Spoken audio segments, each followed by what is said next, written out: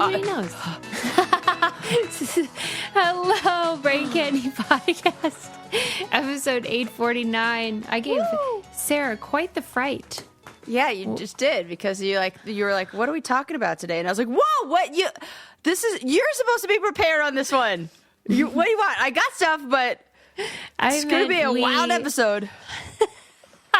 Yeah, we can do it. It won't be good. Right. When I say we, I mean me. It's my episode. What are we going to talk about? Yeah, what are we talking about? Well, we'll find out. Who knows? I can't wait. How are you? I'm doing so good. I'm doing good because my house is almost done. And oh my gosh, guess what? I'm going to get a new car. Okay. Yeah. What's cooking? I know exactly what I'm getting. I'm getting Subaru Outback. No. Lesbian edition. But close. What? Toyota Tacoma truck. That is a proper pickup.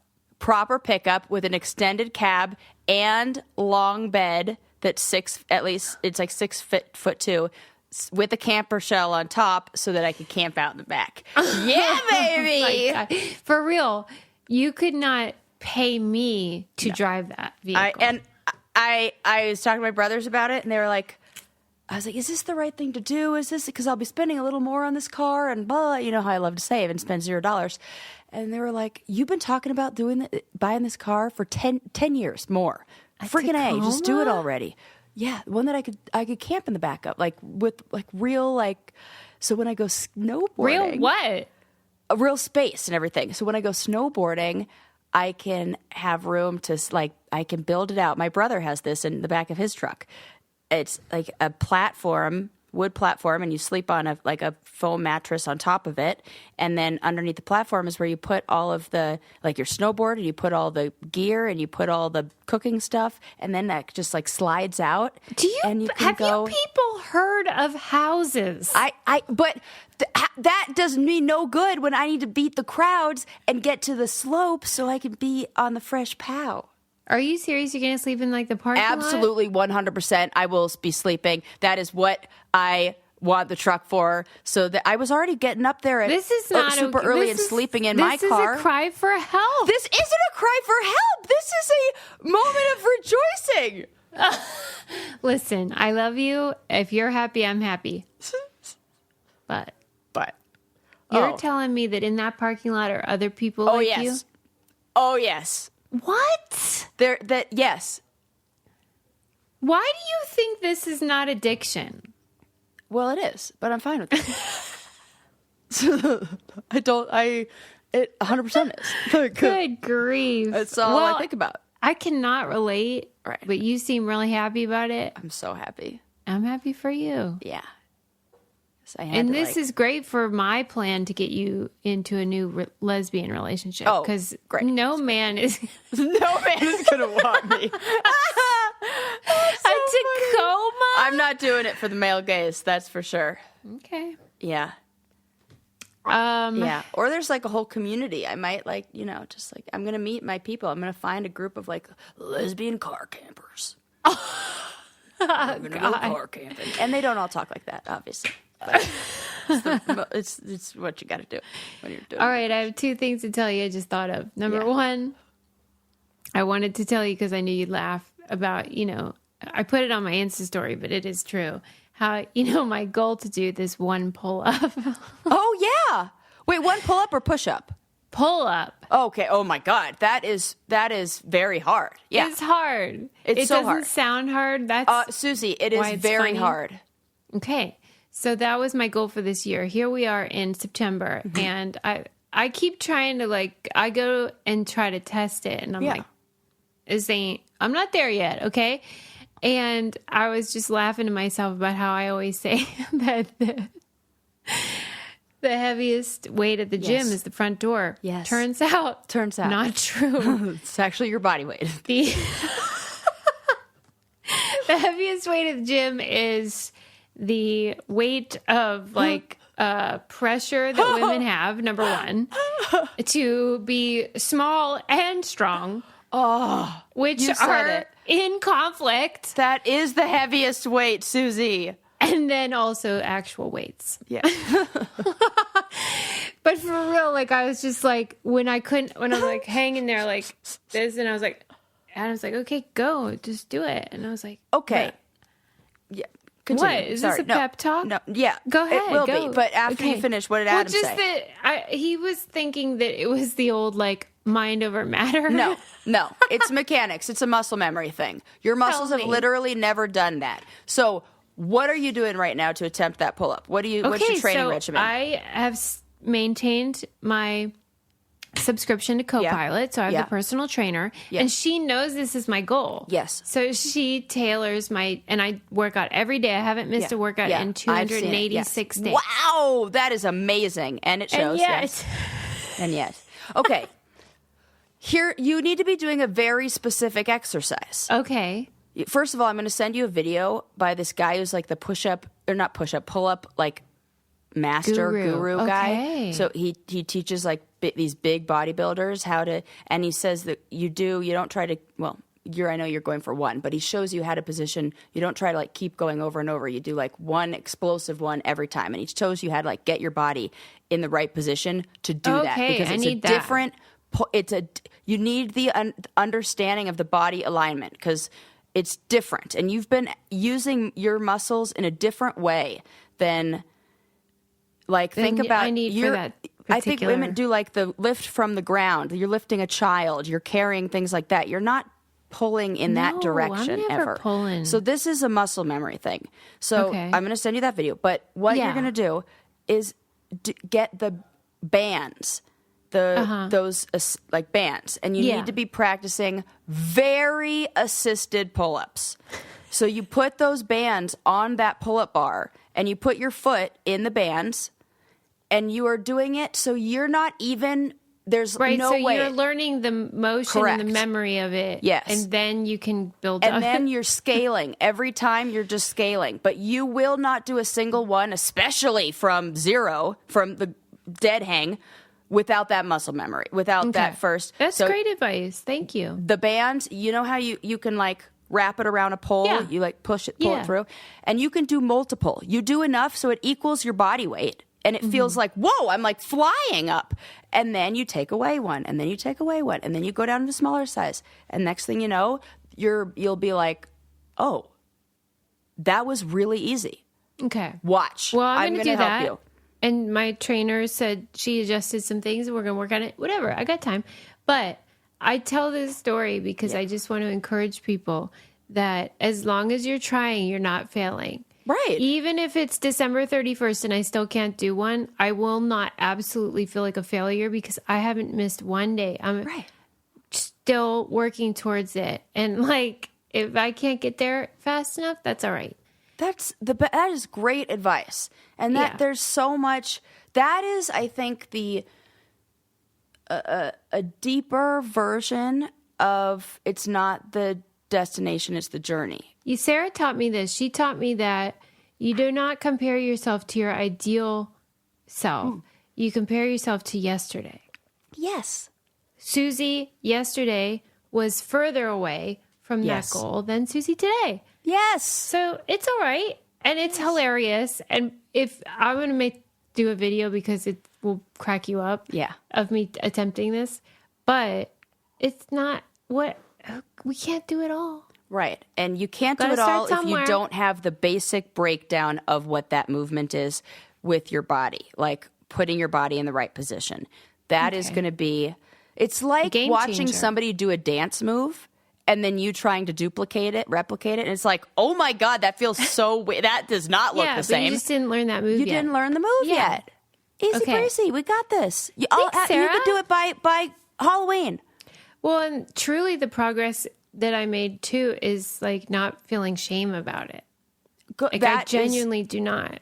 Good. Because that is the most important thing. I'm working my butt off over here. I'm getting up at 4:35 every day. Yeah. Going to the gym, working out. That's awesome. That is so awesome. Okay. Good job, so Suze. then the second story is about remember how I said how when you turn 45, you have to do either a colonoscopy or the thing where they send you a box. Send in the poo. Yes. So they sent me the box and they wanted me to poo in this thing and send it back. Okay, that's all fine. I did it. Clean as a whistle. No colon cancer. Okay. Great. This is good news. I know. All right. This is great. We're off to a good start. I wish I would have saved it, but the instructions make you realize what is wrong with the world. Oh, my God. Susie, I'm actually upset you didn't save it. I know. What are you thinking? It's like you don't even know you host a podcast where you need, and one that we talk about poo stories. I was so happy to get that poo in there and get it off. Of course you were. Of course. I was shouldn't done with it. Pressure you when you're feeling. But when you get it, you won't believe it because it's like, Tell me. It's practically at the level where they're like, don't eat your poop. Like the things that they have to tell people to not do.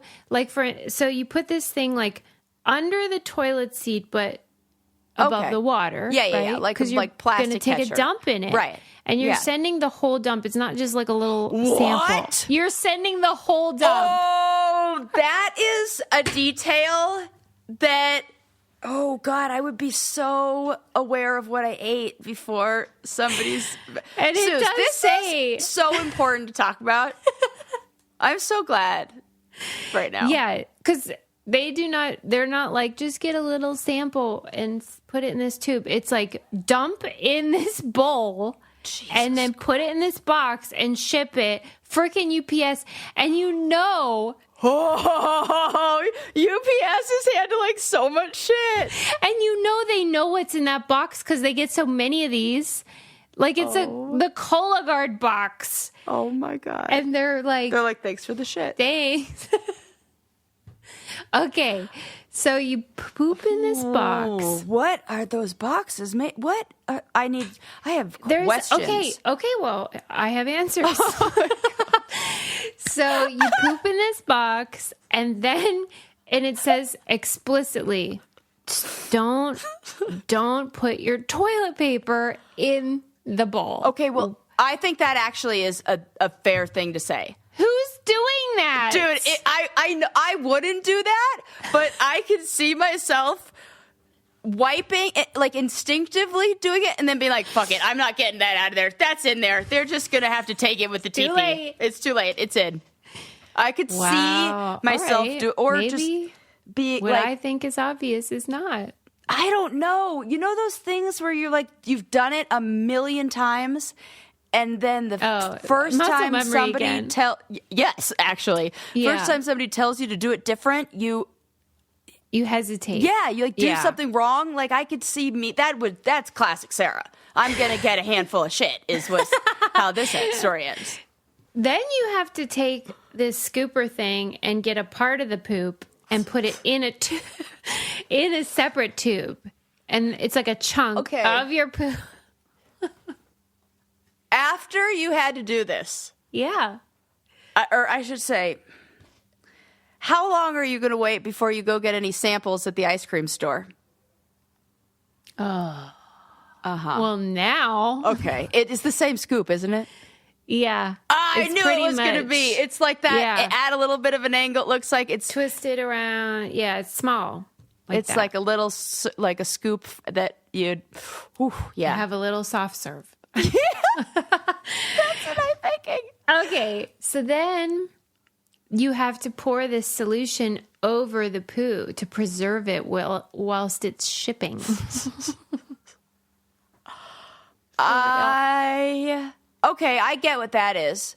That's like one of those like hydrophobic like trap. It like it probably keeps the scent in there and keeps anything from like if it doesn't cover all of your poo, it's okay. Oh. They're like, don't worry about it. It's fine. Like, it doesn't have to be submerged like the Titanic. Okay, then maybe it's not like that. Okay, what the hell is that stuff then? Yeah, I don't know. But this was, the instructions were a book. It was a booklet. You know what? I'm going to go ahead and say it. You need them. I want a booklet. Yeah, because you want details. This is the exact opposite problem that I had when I was doing an enema for the first time, where I was like, I just got basically IKEA instructions with no words and just like people like figures. And then I want specifics. They said, I'll never forget. They said, lay on the ground and I said, fucking where? On my bed? On the actual ground? In the tub? What under me? It said lay on your back. It said lay on your back or lay on your side. That was it. And I'm like, fucking where? Yes. So I'm going to need the details. So maybe I am the person who's thank you for this book. It's like the only time I'll read instructions. I won't read them. Don't you ever look at these instructions and read these instructions or hear these instructions on an aeroplane and think like the old Jerry Seinfeld bit, oh, you lift up on the buckle. We know how to put a seatbelt on.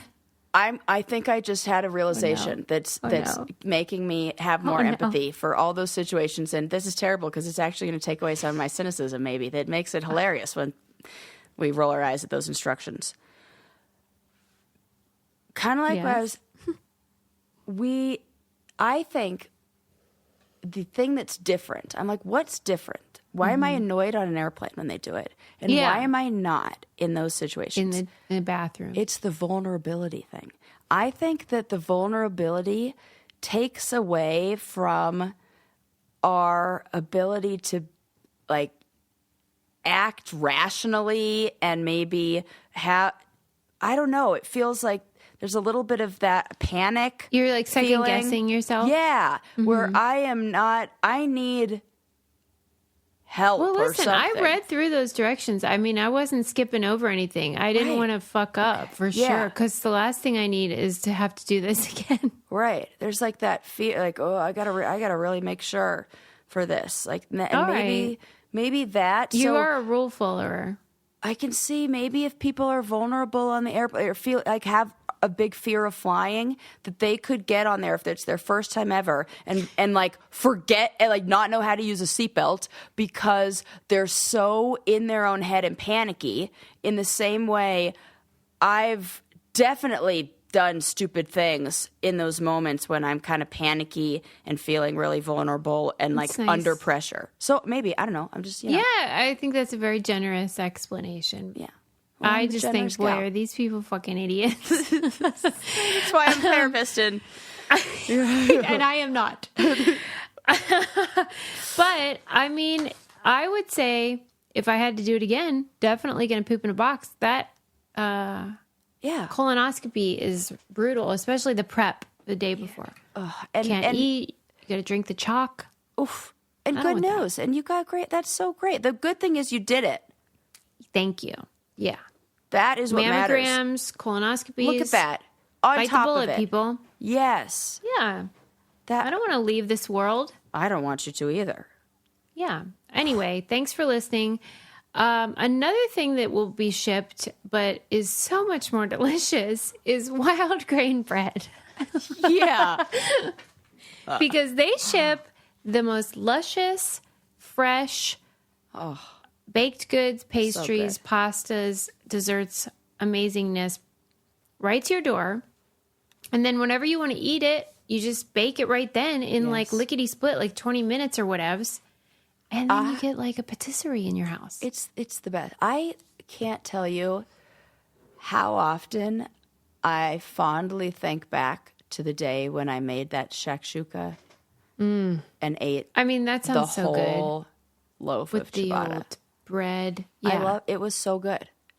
It sounds so good. Breakfast, lunch, and dinner. It's 3 that square bread, a day. This girl, because it's. I'm just looking for a reason to deliver, it's basically an excuse to eat more bread. I'm looking for meals that are bread. And it's easy on your tum-tum. Yes. It's not, garbage. This is the good stuff. All the good stuff. They have the everything sourdough loaf, which is like an everything bagel, but a loaf of bread. Please, forget it. Tomato soup, that's your go-to, right, with that? With the grilled cheese made out of that, forget it. Yeah. The pasta's outstanding. The macarons, the... Chocolate croissants. Chocolate chip cookies. Oh. Chocolate croissants. Oh, my God. Yeah, I think we're hungry. All right. For a limited time, you can get $30 off the first box, plus free croissants in every box when you go to wildgrain.com/braincandy to start your subscription. You heard us, free croissants in every box and $30 off your first box when you go to wildgrain.com/braincandy. That's wildgrain.com/braincandy. Or you can use promo code braincandy at checkout. Alrighty, moving on.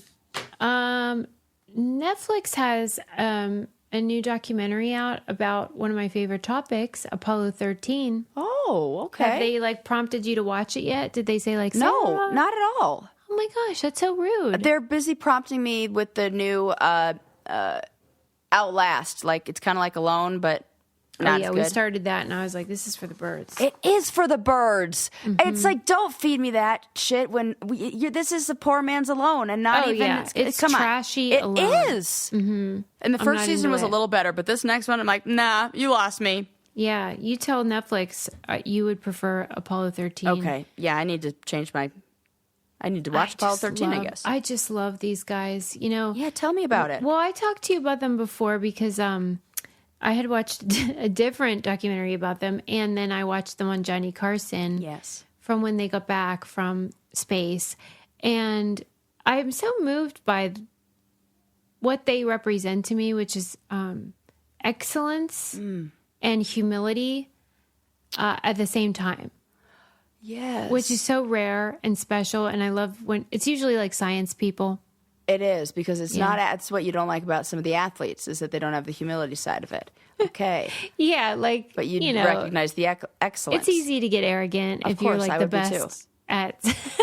I would be the most. I already am. Funny combo though. You're a funny combo because you have that about you, where you'll puff your chest like a peacock, but then you're also so self-deprecating. Well, and it's the best. I know what I'm the best at. Yeah, you're just an ambassador of truth. That's it. I'm going to tell you. That's it. I also know what I'm terrible at. Okay, it's not false modesty. Yeah. Okay, so anyway, this one was great as well. And what I always like when I learn new things from the same story. And in this case, it really showed the point of view of the families that were left behind and what that felt like and how hard that would be as a spouse or a child of an astronaut to send your loved one off and not know if they're going to come back. And I don't know how it works now, but back in this era, they gave these people what they called a squawk box, and it sat in their house, and they could hear everything that was going on in the rocket. No. That would be a nightmare. Right? With no context? Right. They're just listening. That would be... anxiety inducing, yes, right? Because you don't understand, like I said, the context in which everything is taking place and what's happening or what you're looking at. Are always so calm that you think, is that an emergency or is that no big deal? Right. Because there's no way to tell, really. Even when he said, Houston, we've had a problem. Right. He didn't say it in a way that you think they're going to die, even though everyone that heard that knew... Yes. In NASA and on that rocket, they might very well die. Absolutely. Oh my God. That's what I felt about how they responded when there was that sound in the ISS aboard that Boeing Starcraft or whatever the fuck it's called. Yes. And that guy was like, are there any other sounds? The way he said it, I was like, that's I'm staying calm, but I'm also panicking and need information. And I'm getting chills now talking about it because I can imagine it. It's like fear. Yes. Woo! And it's hate it. Truly life or death, but you cannot react in that way. You have to be calm and methodical to save lives. And that's what they did. And the fact that they got back to Earth is a freaking miracle and extraordinary. And I just love celebrating that. Yeah. And the Jim Lovell, he's the main guy that Tom Hanks played in the film.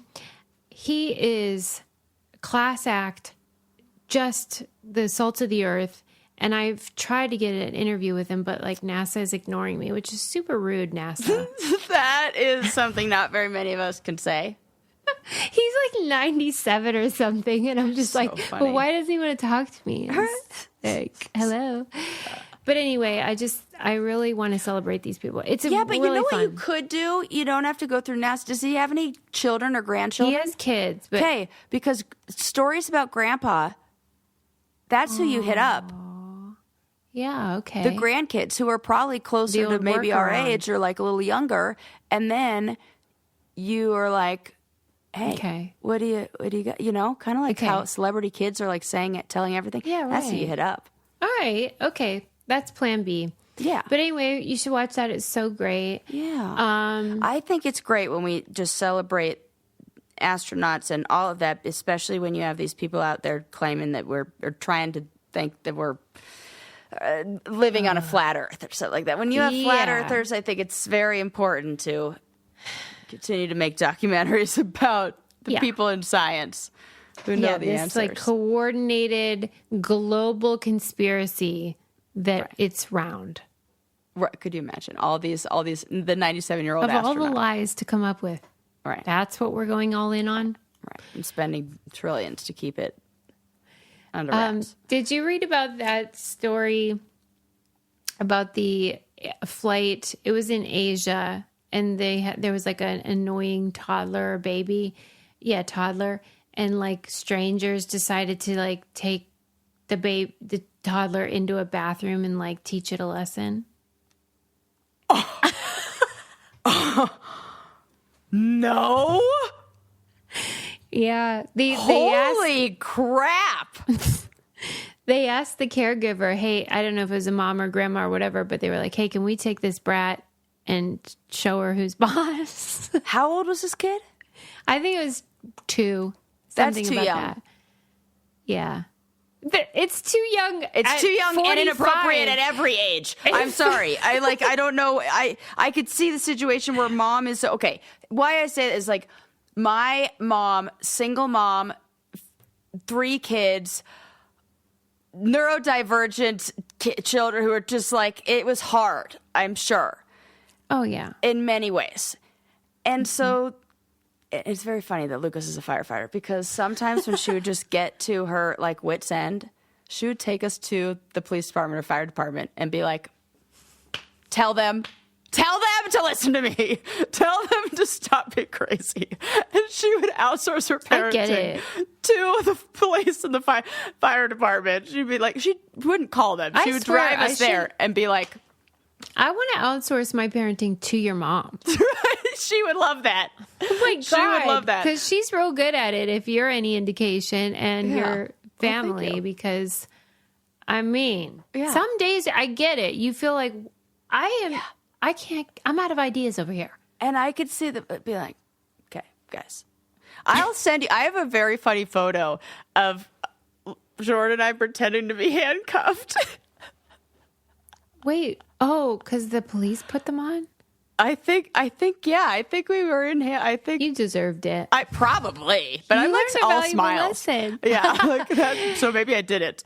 But yeah, so I can see in a situation where she is just so overwhelmed and feels like I need help. I don't even think she was asking though. I think this was a case of you're on the airplane. This kid's having a tantrum. Everyone's fed up. I mean, we've all been there. Like, it's not pleasant. Let me fucking do it. Right. And this woman, the one that put her in the bathroom said she prefers to take action rather than be a bystander. This is her saying this. She's like, I prefer to take action. That is not the action. That's like it's not your place. Right. That's like the woman who's like Karen, who's like calling the police saying that there's a person who doesn't look like they belong in the neighborhood, saying, oh, I'm taking action. Fuck off. You're not taking action. You're not minding your own damn business is what you're doing. That's what I feel. She said, I just wanted to calm the child down and let everyone rest. So they act like they're like, oh, she's also doing the Lord's like, work. Right. Yeah. Right. Like helping the people. No, I'm sorry. And she said that this child was so disruptive that some of the passengers had moved to the back of the plane to escape the noise and others were stuffing tissues in their ears, whatever. Yeah. Okay. I don't care. I don't care either. What are you doing? What happened in that bathroom? I want to know too. And like, how did the kid react? Right. Did it actually solve the problem? Did it work? Yeah. Right. So we don't know the answers there. That is crazy behavior, but like not against the law. That's right. If the guardian is consenting. Right. That's fucked up. I know, and I know Even you can't make a law about that, but I it think just in the feels article, weird. I think that the flight attendants were even like, yeah, we like kind of like this kid must have been a real terror. Must have. Because if the flight attendants were like, meh. Okay, anyway, moving on. There's nothing more to that story. I just think it's funny.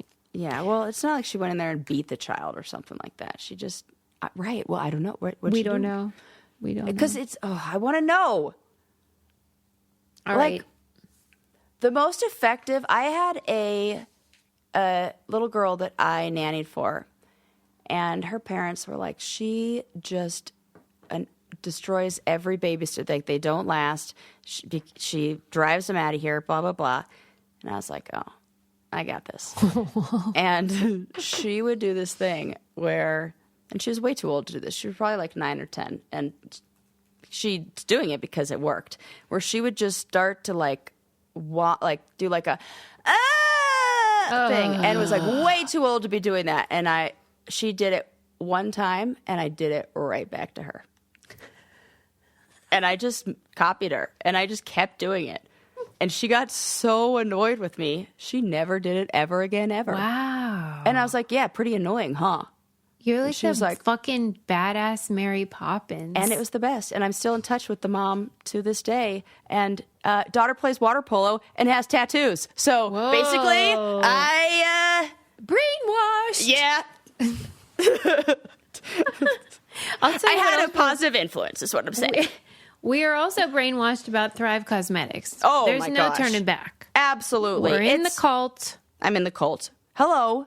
The lipstick? I am obsessed with all of our clips with me with the red lips. I'm like, thank God I was extra hilarious when I looked super cute. Totally. I was really like, I couldn't have been funnier on a better day. Because that lipstick was serving everything. You're like, whoosh. Yes. So good. Thank you, Thrive. You're making our clips amazing with your outstanding products. The Empower Matte Precision Lipstick Crayon. That's what Sarah was wearing in color Linda. And it was like out of this world. And it stays all day, 12 hours. Not drying. Amazing. They have the Brilliant Eye Brightener. They have the Tubing Mascara Liquid Lash Extensions is what it's called. All of it's amazing. Refresh your everyday look with Thrive Cosmetics. Beauty that gives back. Right now, you can get an exclusive 20% off your first order at thrivecosmetics.com/braincandy. That's Thrive Cosmetics, CAUSEMETICS.com/braincandy for 20% off your first order. I can't say enough good things about them. Okay. Fabulous. I watched a 30 for 30 called Catching Hell. And this was about something that is totally relatable. When you go to a baseball game and they hit a foul ball. Yeah. And then, it might come at you and it's terrifying. Yeah, I know. I get scared. Suze, I was just at a baseball game with my friend Jessie, and we were in amazing seats, but also terrified the whole time. We're like, okay, look alive, everybody. Exactly. Yeah. That's why these people that love it and invite it, I'm just like, clearly their eyes are better than mine because I can't see that ball and it's going to hit me on the noggin. And the sun and we're blind. No. Okay, so this was that scenario. Ooh. Except this was in the sort of lead up to the World Series, and the ball gets hit. It's a foul ball. And this person, all these people are clamoring to catch it, of course. And they're kind of leaning over to try to get it. And one guy does. Unbeknownst to him, just below him on the field is the player trying to catch the ball. Oh, I saw that. I haven't seen a 30 for 30, but I've seen this clip. It's a famous moment. And that's what's insane about it is that you've seen it because it is so well known that this guy is seen as ruining the Chicago freaking Cubs.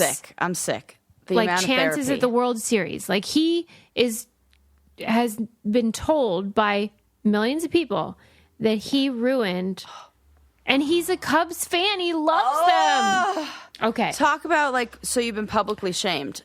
Sarah, it is really upsetting. I had never heard of this because sports. Sports, right. Meanwhile, she's literally like a sports expert. Like you have more knowledge of the inside world of sports.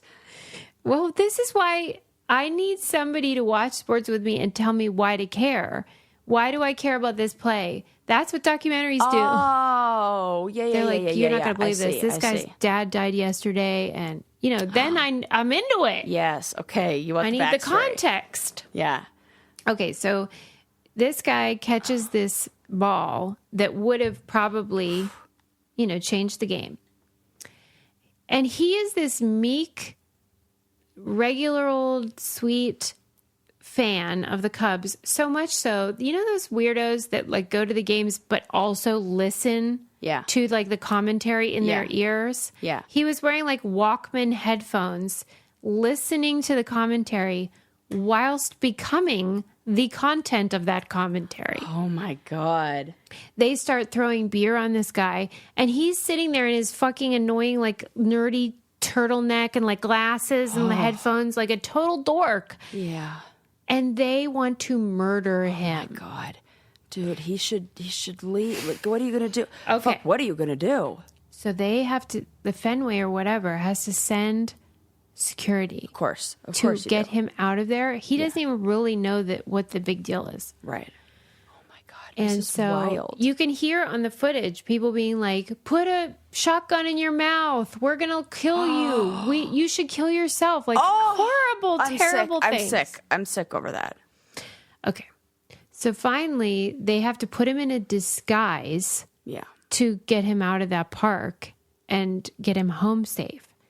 From that moment on, he has not been seen from again. To this day, in public. My God. He turned down hundreds of $1,000s for a Super Bowl commercial. All these deals that were like, we'll give you this. I'm very sad for him. He won't do it. He put out like a statement saying how sorry he was. And how much... God. Sarah, I can't take it. What is wrong with people? I'm actually like, oh my God, we destroyed a human. A human. We really did with that. For that what? I have regret and wasn't even part of this. I have like those feelings of, oh my God, what have I done? What have I done? Yeah. Right. Because it's like human beings are that mob mentality, especially with regards to sports, especially when people are drinking, and especially when it's like seen as so consequential because they did end up losing everything but all these other errors that happened in the games were forgotten. Right. Like it became symbolic. Yeah. And like, it's instinct. If a ball's coming at you, you're going to try to catch it. Of course you are. And And there's a dozen other people trying to get the ball. They just didn't get it. And it's so...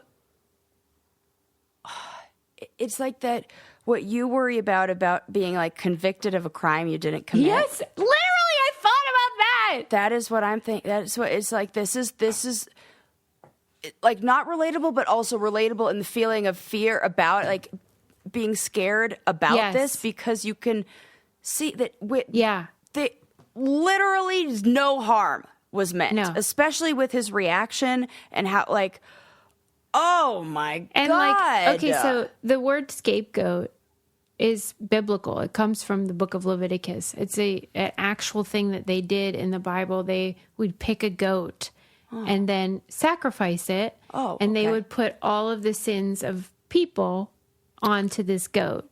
And then the goat would die, and so your sins would die with it. And so you're choosing like this innocent thing to take upon all of this bad stuff. And like, that's what he became. He's just this like innocent guy that just like made a mistake, a little nothing. An error, which is they literally have that as something that they score all the other players on because it's so common. Good point. It's so common. That's a name for it in baseball. And do you know how many times they had to watch it to even see? Because there's like a gray area. Yeah. If the player kind of reaches into the stands, that's one thing. If the people in attendance reach out. That's another thing. So you have to determine if there interference here. Yeah. And it depends on like the exact location. Yeah. And it's so gray in this case that like you don't really even know who's reaching over what. They're like met in the middle. Oh. You know? Yeah. And so if it's that ambiguous, let the guy off. Let the guy hook. off, like tie goes to the runner kind of thing. Let the one who's benefits most from the call in their favor, which is like help the guy out. There's so many baseball references that I could keep using in this story. Come on. Anyway, for somebody who knows nothing about baseball. Right. And that's how I feel. It's like, I don't know about sports, but I know about people. And I know that this is a representation of the way that humans can behave and the way that we can turn on each other unfairly. This makes me sad. I know. I have sadness in my heart. Like, I have that feeling of I want to cry right now. And like, I want to see it. Where's my estrogen patch? Is that on? Yes, it is. Is there like a button? No. I was like, did it? I just put it on today. I was like, did it fall off or something? Like, because let me tell you, the second that is out, instant tears over the smallest little thing. So I was like, oh shit, maybe it fell off. Because why am I crying about this? But I want to cry right now for this guy. Well, anyway, I'm sorry to keep going on about it. I feel really bad for him, and I hope he's okay. And he's such a noble guy. He turned down all these riches because he just wanted the Cubs to win. He didn't want to be mixed up in all this. Anyway, it was really good and made me sad. Yeah, I bet. Thanks for listening, everybody. Of course. One thing that brings me less anxiety is knowing that I have some Factor meals in the fridge. Oh my gosh. I've been using Factor. I'm on because I'm on a no-cook few weeks right now. You. I can't. You know why? Because I can't fucking cut anything. Right. And even I can't. If you could, I tried. It's like, oh my God. I couldn't. I couldn't even. I'm like, I can't. I'm going to microwave things. I cannot right now. And I also got into their juices. Yeah, they're because great. I need something on the go. I want to get all of and my body's like healing itself. And now you guys are just going to have to listen to my spiel. Yeah. I made the mistake last time I was injured when I had my surgery. I was like eating garbage because I wanted to eat what made me feel good, which, was all fine. Have those moments. But I paid for it. And I told myself, next time you need to take care of your body. It wasn't what I ultimately wanted to do. And I said, it was in the moment. Yes. Yeah. And now that I have the information of how I felt, I'm applying that to this time. And I'm saying, I'm not going to do that same thing this time. And if my body's feeling crummy, I'm going to put stuff into it to make it feel really good. And guess what? Turns out it helps a whole bunch. It helps a whole bunch. And it also helps a whole bunch that these Factor meals are so delicious. Like, you know how you think if a meal is sort of just like in your fridge, ready to roll and takes 2 seconds to get ready, it must be gross. This is like filet mignon, blackened salmon, shrimp, like really yummy stuff. Yeah. And their vegan and vegetarian options are fantastic. Yeah, that's true. Yeah, I switched it up. I did a little vegetarian action. Mm-hmm. Yeah, you can choose whatever you're in the mood for, breakfast to dessert. They have everything you might want. Head to factormeals.com/braincandy50. Use code braincandy50 to get 50% off your first box plus 20% off your next month. That's code braincandy50 at factormeals.com/braincandy50 to get 50% off your first box plus 20% off your next month while your subscription is active. So yummy. Everything. I love it. Yes. Yeah, there's a beet juice that so good. But I don't let myself drink it anywhere near my white couch. I only allow myself to drink it in the kitchen. Right. Yeah. I keep far away. Because all I need is one sneeze, and then I'm like, okay, now I'm going to have to splatter paint the whole damn thing. Sarah has violent sneezes. I do, actually. You and Adam both. Yeah. Okay. That one's called Catching Hell. This is good to know. I feel like it's upping my ability to do sports trivia on trivia nights, too. Yeah, me too. You know? Yeah, it's always we'll the get category. there. We're going to get there. We know a lot now. That is a weak spot. I'm always thankful in Trivial Pursuit that it's sports and leisure. Yeah. I'm like fingers I lean crossed. heavy into leisure. For leisure. Yeah. Did you read about the woman that ordered that like novelty croissant lamp from Temu? No, but I know of those. these. I know the croissant lamp, and I just feel terrible for the artist who created it, who has now been, the original one was sold in the Museum of Modern Art. It's this really cool. It's like a real croissant that you can, like, she poured resin over. It's a woman, of course. They stole it from women, and she creates these amazing, like, there's a baguette. There's all these really cool ones. Well, it's really funny that you say that it's a real croissant with resin over it, because evidently that's also what Temu is doing.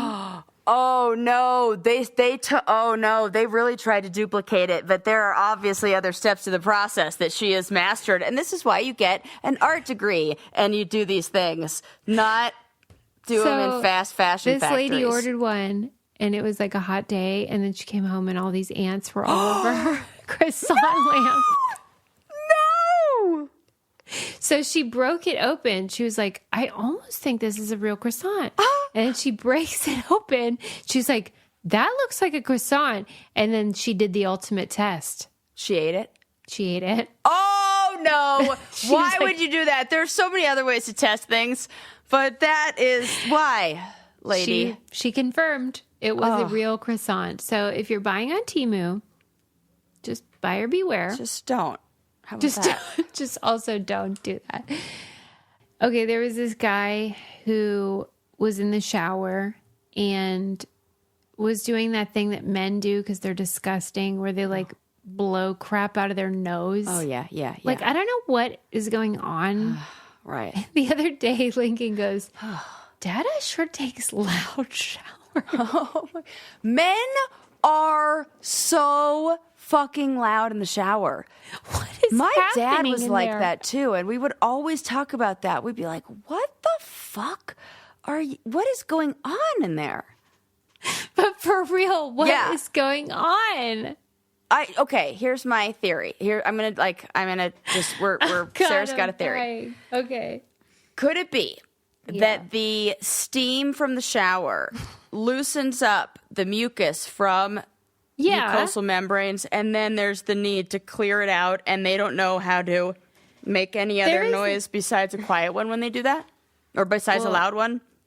Yeah, when they do that is exactly what's happening, and I don't understand it, because we all have, what do you call them, mucosal? Yeah, mucous membranes. We all have those, and mine is quiet. Right. Whatever I'm doing in the shower / bath, let's be honest, is quiet. Right. Behaviors. Well, we need because I'm a shower, because I go 50-50, but we need our like a group of female showerers. There is no way they're doing what men are doing. They're but not. anyway, I think I'll let it go. They're not. We'll do a poll or something, because I'm telling you, it's so like, it's just noisy, and I don't like it. Okay. So in this case, this guy was doing that, and he does the old like, yeah. And then out comes a Lego that he had stuck up there 30 years before. No.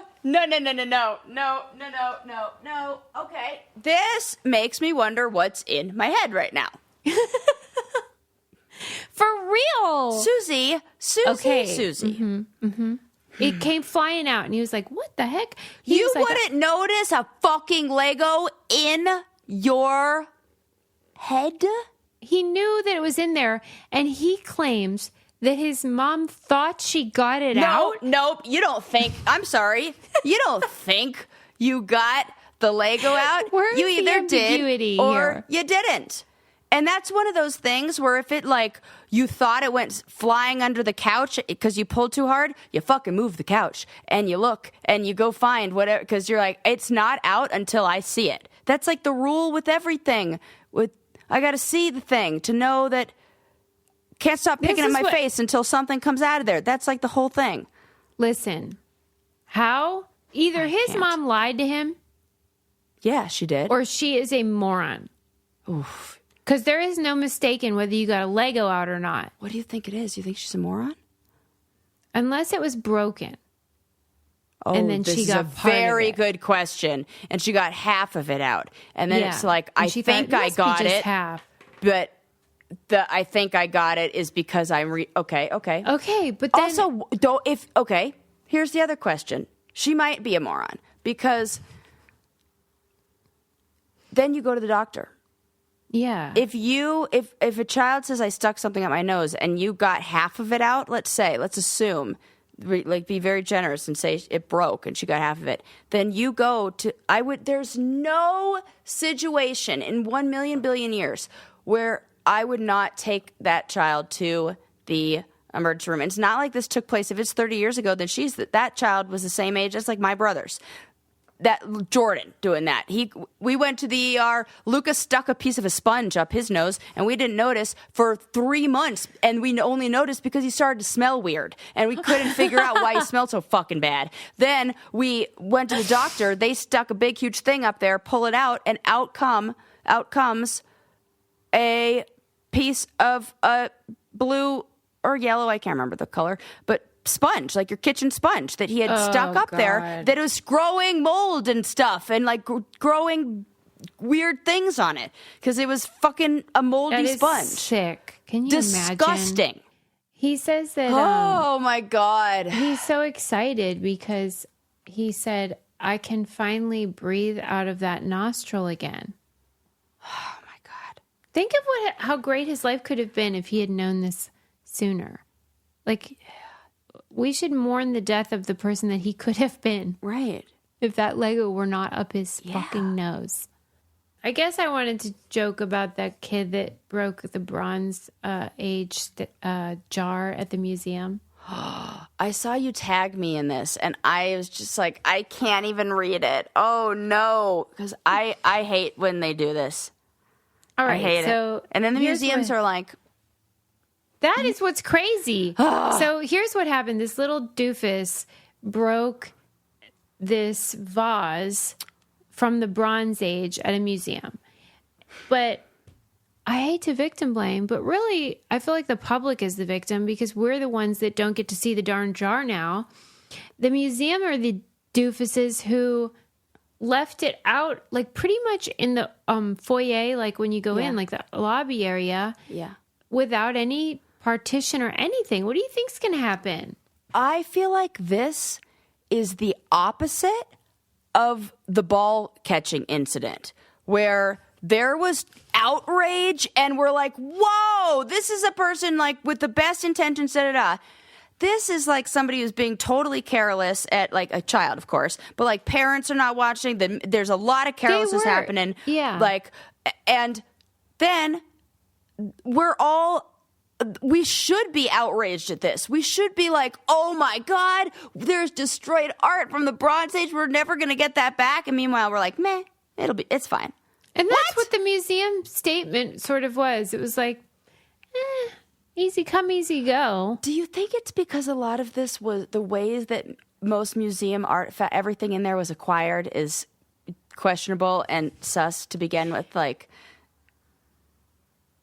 that they're like, better you guys come after it than the actual owners of that who we stole it from. Let me put it this way. It seems like if it were worth a lot of money, they'd be a little more protective of it. Like maybe it's like fucking nobody's fake. Oh. Okay, hot take. Love it. Why aren't you more upset? Maybe because nobody gives a fuck about pottery from the Bronze Age, but if it were something like a Warhol or it's like, well, let me get in line to see the Bronze Age pottery. Nobody's doing that. Nobody's like, I came to this museum for the Bronze Age wing. That's true. Could you even tell me what Bronze Age art fucking looks like? No, there's like 4 people who can. It's like a one brown and everybody's vase. thinking it's like bronze, but I don't even think that's the answer. That's correct. I think like there's like more to it than that, probably. Yeah. What if everything in their collection was literally bronze? I know that some people listening, myself included, are thinking that is probably what that wing would consist of. So, come on. Well, in this case, it was just like 3 vases. I don't know that's so what funny. was biggest or whatever, but the dad was a real dickhead about it, and he was just sort of like... surprises no one. I I know. That's how this happens. Yeah. Shocker. The parents who don't care enough to control their children in an art museum don't care that their child ruined something in an art museum.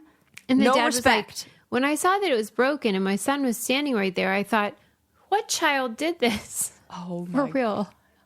That is like I would love to live in that kind of ignorant bliss. Was Mom there? It doesn't sound like it. Okay. I would have loved to have been a fly on the wall. She's at the custody hearings, though. Getting home from that little outing with Dad. Yep. One of two situations.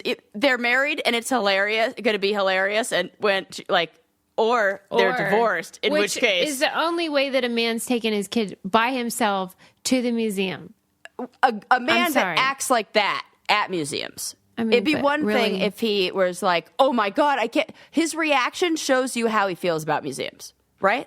Yeah. Okay. Yeah, he was killing time, man. Yeah, there's a children's way there was a children's wing and children's, zone that I could see this. Anyway, I feel like maybe it's the case that the museums kind of like want this to happen because then they get the insurance money and they're like, we don't fucking care about a bronze vase. Ooh, another hot take. Vase. You know what I mean? But they get like $1 gazillion and then they can buy a Warhol. I love that Susie's just imagining museum owners as like Montgomery Burns from The Simpsons. That's like just like counting their money, like totally. Like that's how. Meanwhile, they're probably just like old elderly people who are just like docents, like patrons of the arts, like who just really are just like grandparents, That's so true. They're probably just really caring and being like, you know what, accidents happen. Yeah. And meanwhile, I'm like, so what's in it for you? Right. Like, big museum is clearly trying to get the payout. Like, all right, let's wrap it up. That was funny. Gosh. I love you all. This was great. So funny. Sarah's getting her Butch. Yeah, I'm getting my Butch truck. Are you getting it like super like souped up? No, don't. And let's not get crazy, people. I'm getting a used one. And I even talked with like my financial advisor. It was like, oh my God, and she's like, so maybe careful. You could be even more practical and get one that's like maybe a year or two old. And I was like, girl, it's me you're talking to. I'm getting one that's like 4 or 5 years old. Those things will run forever. She's getting the 2020 model. Yeah, I'm like, no problem. That's it. All I needed to do is be the right size and shape, and that's it. So, oh my God, we're being very frugal with this. To hop into that bad boy. Oh yeah, we're going off road, and it's going to be awesome. That will be funny. Well, thank you. I'm just sick and tired of waiting for the person that I date to have the car that takes me the places that I want to go. I'm like, fuck that. Yeah, I'm going to get the car. That's a great point. Will take me the places that I want to go, and I don't need the partner to do it. I don't need the boyfriend with the cool car.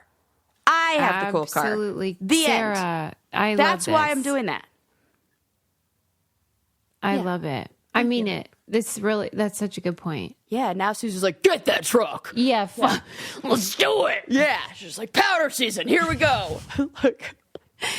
And if any of you are taking the Cologuard test, please send pictures of the instruction manual that I stupidly threw away. Yeah. I'm sure that's a Googleable thing. They got all those things online. You got like, I lost it. I got to like have the e-manual. Mm-hmm. That's the thing. Okay. If your kid's a dickhead on the airplane, just watch for any like people that think they're intervening on behalf of everyone. It's weird. Yeah. Apollo 13, I love you, Jim Lovell. Call me back. Call me. Don't buy any lamps on Temu. No, or anything. Or put a Lego up your nose. Those are my lessons for today. Good lessons. Good episode. Good job, Good episode. Thank you all. We'll see you next time. Bye.